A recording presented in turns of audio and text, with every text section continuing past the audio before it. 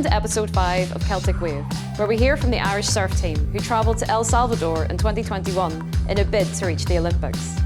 As surfing moved into the 21st century, a new generation of local surfers was emerging, and in 2021, after years of discussion, competitive surfing finally made its debut at the Olympics.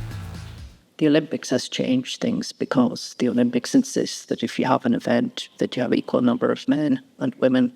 And so when surfing came into the Olympics, they're instantly scrutinising the international bodies. So the International Surfing Association had to change their team structure. And then that sort of resulted in European Surfing Federation changing their team structures.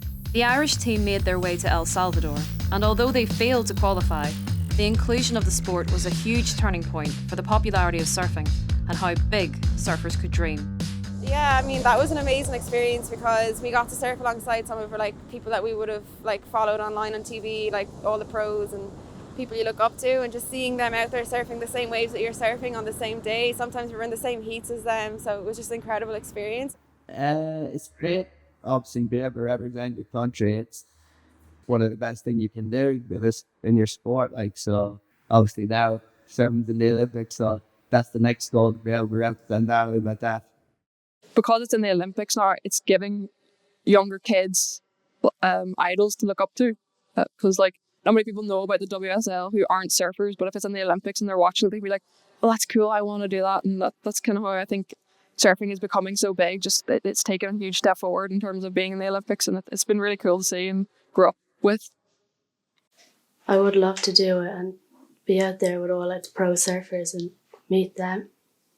Surfing's an individual sport, so everyone's kind of surfing, competing and trying to win for themselves, but with the team, you're winning for everyone else, and you actually have people around you, supporting you, and you're supporting them. From humble beginnings with a few determined souls, the cold waters of Ireland are becoming a destination spot for surfers from all over the world. With its dramatic, breathtaking scenery and abundant wildlife, who wouldn't want to ride the waves around this magical island? There's lots of places I go in the world, they just look like a beach and a headland, and they all kind of look very similar. This is extremely different, and it's not until you go away from Northern Ireland that you realise what you've got here. There's an identity now where people want to relate to the North Coast and have a part of Irish surfing culture, whereas when we opened, we wanted to sell Quicksilver, Billabong, Rip Curl, the Australian, American thing. That was what, everyone wanted to follow the Californian lifestyle, but now I think Ireland has its own surf culture, and we've seen that portrayed in the magazines and the videos, and we are now seeing Ireland as a surf travel destination, a realistic one, whereas a lot of these warm water countries now are just getting so crowded and so popular that it's actually a breath of fresh air to come here and surf a beautiful North Coast beach here with castles and white cliffs in the background and Scotland in the distance. And I think people are pleasantly surprised when they come and visit and surf here. It's a different experience.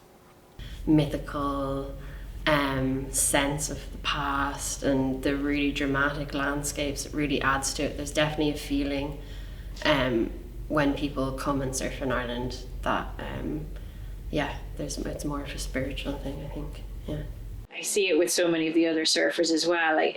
We keep coming back home as well, and that's where we feel most alive and connected to the ocean and at home in these waves here.